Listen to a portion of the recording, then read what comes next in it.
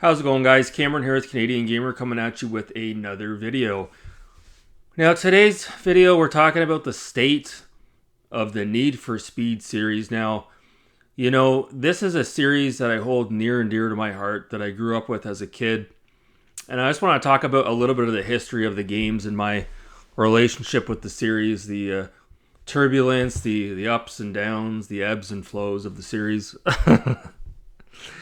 But, growing up in the 90s, as I've talked about on the channel before, PC gaming was really coming into its own around 1995, 96. And back in those days, we were buying PC games, the big box games at the point of sale. And I remember, I don't have it anymore, but I used to have the original Need for Speed physical copy. And Need for Speed 2, bought that one brand new as well. And I still have my original copies of Need for Speed 3 Hot Pursuit for the PC. You can see how the instructions for the controls are on the back. And I've got Need for Speed High Stakes, which came out like a year later.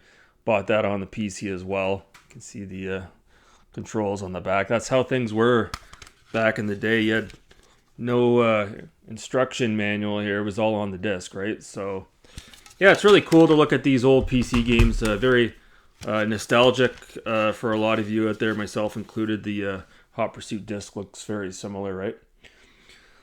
So, after, Need for Speed 3, Hot Pursuit, and High Stakes, I got busy with life. I was in high school, later years of high school, getting into college and all the rest of it, trying to find my way, and I got away from gaming.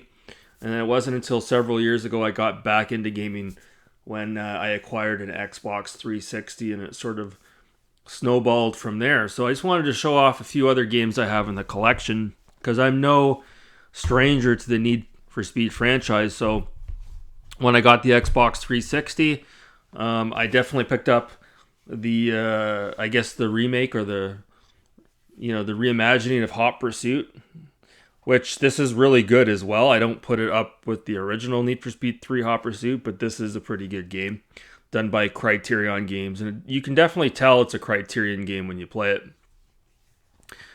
That's kind of the problem with the series, and we'll get into it in a few more moments. Another game I picked up a couple of years ago was Need for Speed The Run. So this is actually a really good game, very underrated. And it's kind of like a Cannonball Run with a story campaign where you're driving across the country. It starts off, I think, in Las Vegas, and then you go through the Grand Canyon, and then you go through New York City, New Jersey. It's really, really cool if you haven't played it. I like this one a lot, to be honest with you. And then, more for the modern consoles, I've got Need for Speed Payback, which was done by Ghost Studios. Some of the employees at Ghost were former employees at Criterion. And I think Payback is really good. This is the one that takes place in Las Vegas. This is the complete edition, and I really like this game quite a bit, to be honest with you. And Need for Speed Heat, really good. Again, quite underrated. At this point, the franchise had been dismissed by quite a few people out there with good reason. But if you give Need for Speed Heat a chance, if you can pick this one up on the cheap, this one takes place in Miami. It has a bit of a Miami Vice vibe to it, if you will, at least as far as the tone and colors are concerned within the game.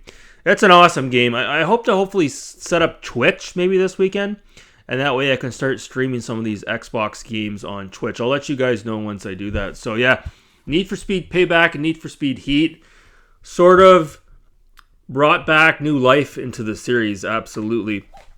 Now, we're kind of getting ahead of ourselves here. Several years ago, I acquired a PS2 much after I picked up an Xbox 360 and an OG Xbox. And I did pick up Need for Speed Underground and Need for Speed Underground 2 for the PS2. Now, these are two games that are quite cherished and loved by a lot of gamers, retro gamers in the community. But I actually, to be honest with you, I can kind of see the redeeming quality in at least the first one. The second one's got more of an open world sort of vibe to it, if you will. I'm not crazy on these games. I know a lot of you guys are. I like the color and the aesthetics of these games, but yeah, I don't know. Not crazy on it. And this one is loved by a lot of you guys. Need for Speed Most Wanted, the original Most Wanted.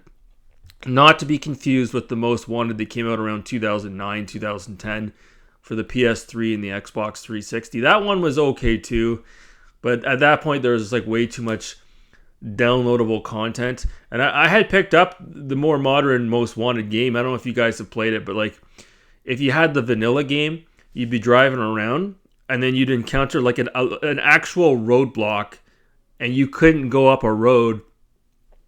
You couldn't get the roadblock removed unless you purchased the DLC. And I was like, oh my fuck.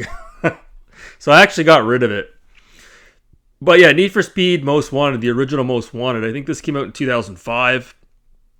And there's like a black edition that you can get for the original Xbox, which I actually found in the wild recently, but I didn't pick it up because I'm not crazy on this one, to be honest with you. The cutscenes are hilarious, don't get me wrong. You know, there is a sort of a early 2000s charm to this game, but I don't really feel the same about this game as a lot of you guys do. I understand it's a product of the time. You know, this game plays out, and the underground games too sort of play out like, you know, the Fast and the Furious films, because those films were really big in the early 2000s, right? And lastly, we have Need for Speed Hot Pursuit 2, which came in on the PS2. Now, this one, some would say this is the best version of Hot Pursuit 2. I think it's a good game, but again, I don't think it's as good as the original Hot Pursuit Need for Speed 3 on the PC. But it's a good game, don't get me wrong. It is a classic, absolutely. So as you can see, I'm no spring chicken when it comes to the Need for Speed games. I even picked up for the PS3 recently, Shift 2 Unleashed. Haven't played it yet. I've heard nothing but good things about it, so I'm excited to dip my toes in the water with this one. So with all that being said, we're already at the 8-minute mark. We want to talk about the new Need for Speed game that's coming out, I believe next week, if I'm not mistaken. Need for Speed Unbound. And my God, does this game ever look fucking terrible. Oh my God.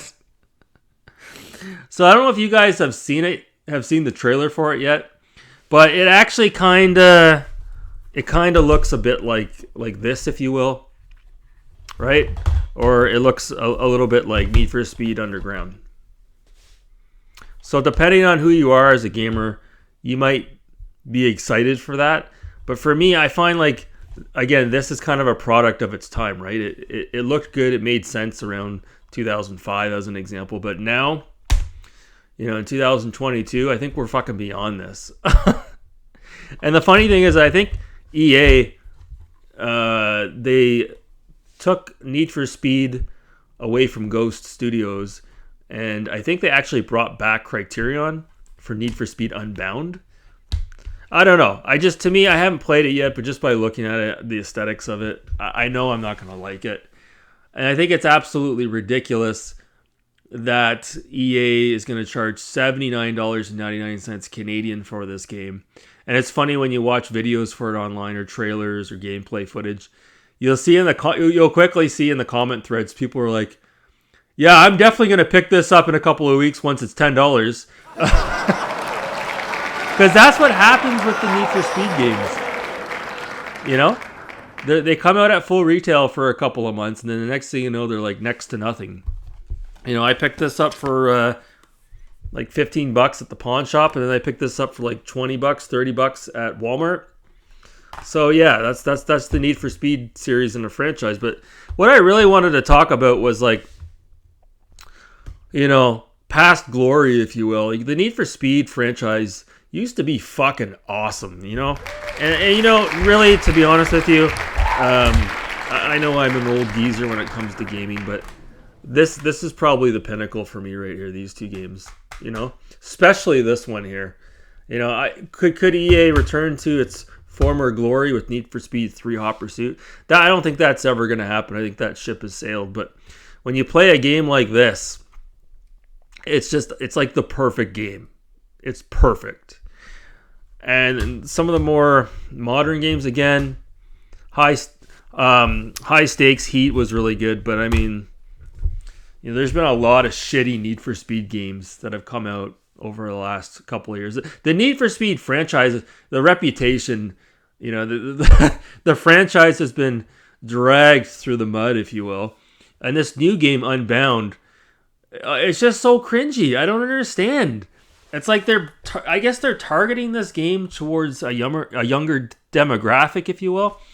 But like you see the cutscenes and the NPCs in the game, and like it's really going for this Need for Speed vibe.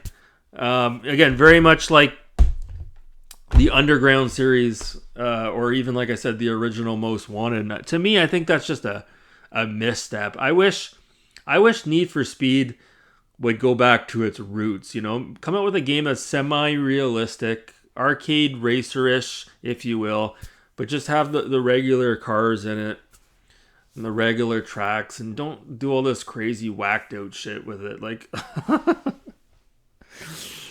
it's just crazy. They hand over the keys to Criterion, and Criterion's coming out with this game here, Need for Speed Unbound.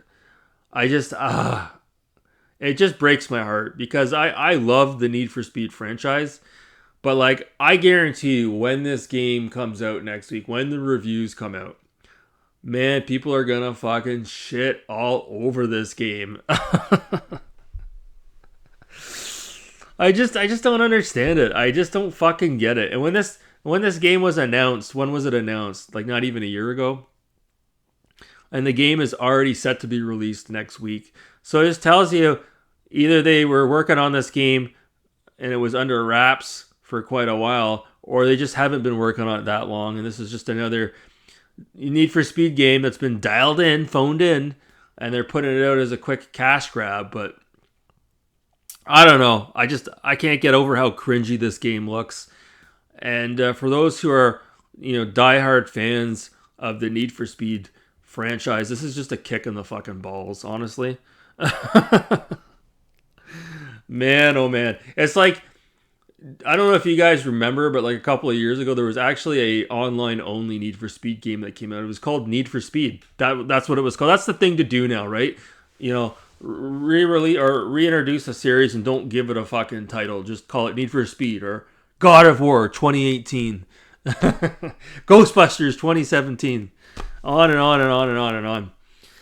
But yeah, it's just like that. Like, it's just like, I'm definitely not gonna pick this one up. I look skeptical of this for sure. It looks fucking terrible. So yeah, those are my thoughts on the new Need for Speed Unbound game. I can't. And don't even get me started. I don't want to get off topic, but like, maybe we'll save it for another video. But the Callisto Protocol, another game that looks extremely cringy. If you don't believe me, go look up a trailer for it and check out the voice acting in that. That looks cringy as all hell as well. I was excited for the Callisto Protocol. Not now.